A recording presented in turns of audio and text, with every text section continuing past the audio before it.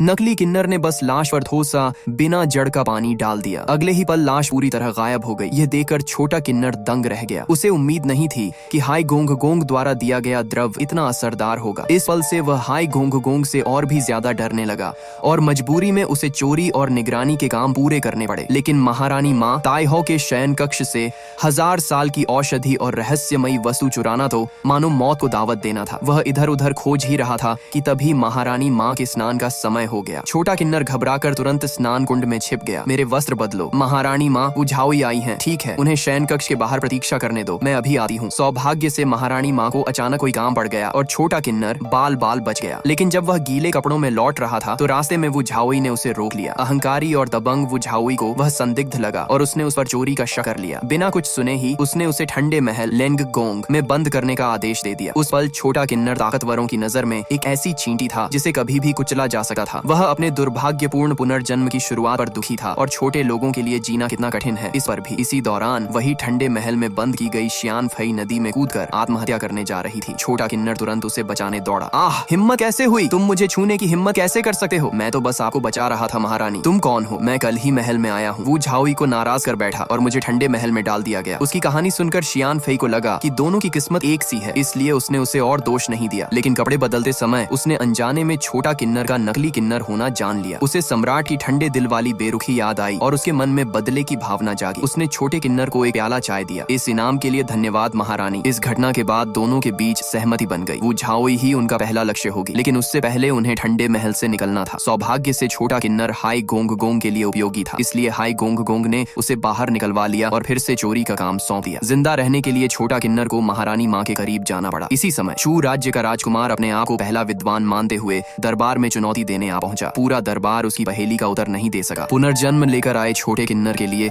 यह सुनहरा अवसर था। आगे किया होगा जानने के लिए चैनल को सब्सक्राइब करें।